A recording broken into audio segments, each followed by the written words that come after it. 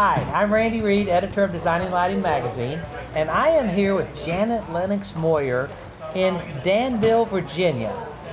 Janet, why are we here? We're here to participate in the Stirling Lighting Summit for the next few days. I know, and it's exciting. I've never been here. You're a past speaker. I'm a past speaker, yep. And Janet, people refer to you often as the godmother of landscape lighting. Tell our audience a little bit about how you have that title. Well, the real reason that I have that title is because the San Francisco Chronicle printed it one year. They were doing an article on someone else, and I can't remember who it was, and the person that they were interviewing said, well, you really need to talk to Janet Lennox Moyer.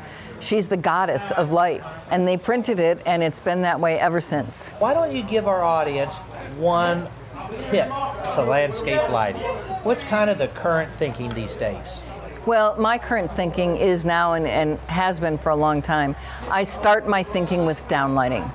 Okay. Whether you're mounting in a structure above our heads here or in a tree, wherever you can. If you can do downlighting, it's going to make this scene just much better. You can't do downlighting all by itself. You need some uplighting usually. I have done just downlighting, but it's really, really difficult. So it's usually a combination of up and down lighting. And what downlighting brings to you is the ground plane, so that you're back home on Earth again, and you know where you are, and you can see around you what your environment looks like and how it now feels with beautiful landscape lighting at night.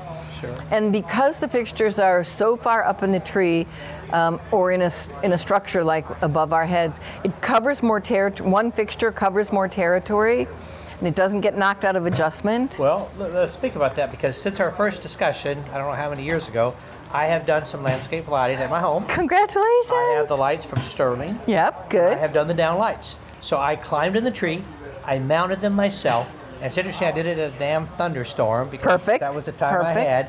But Yep. I mounted them, and that's what I've noticed. The ones I've mounted on the ground, I've bumped with my mower. Yep. Okay, and they're out And of your focus. shovel. And And they're out of yep. focus, but the ones in the tree are still perfect. Yep, that's right. And it was the first time I did it, but I was really pleased with how it went. Yay!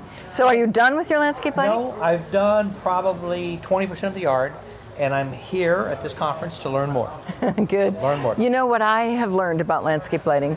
You're never done with it. Okay. Well, that's interesting. All right, tell our audience a little bit about your theory regarding color and landscape lighting. I believe that the materials that we're lighting have their own color. For the example that I always use is a red maple. Red-leafed maple does not need red lighting on it. When they did it at Bouchard Gardens in Canada, it looked like the poor thing was bleeding to death. That's funny. That is funny.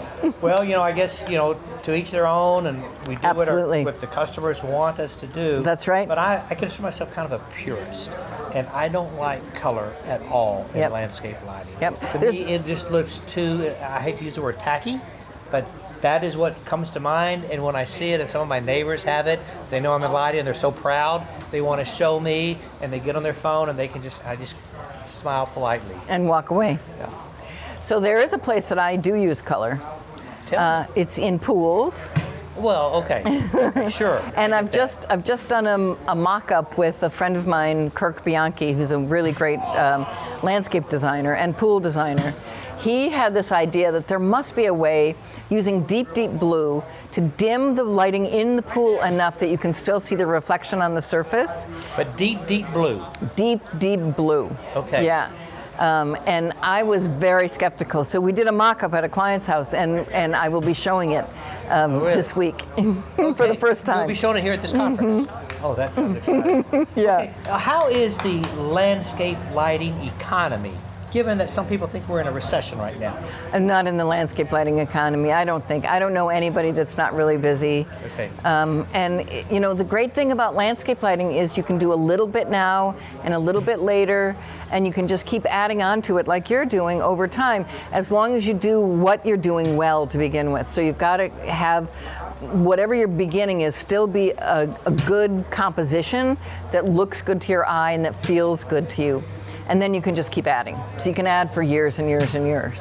Okay, so that's the key, is just to continue to not really upgrade, but just to continue to add. To expand on throughout the garden. But yeah. you do have the transformer to begin with. You've got to have good power distribution to begin with. Yeah.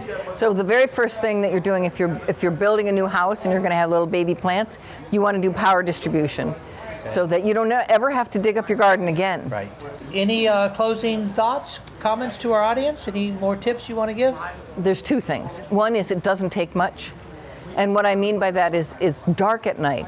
It's completely dark, so it doesn't take much light for your eye to be able to adjust to it over time. It takes about 20 minutes, as you know. So it doesn't take much, and it makes a huge difference in people's lives.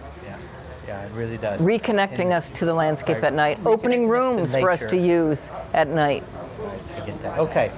Janet, it's a pleasure. Always. All right, thank you. Thank you.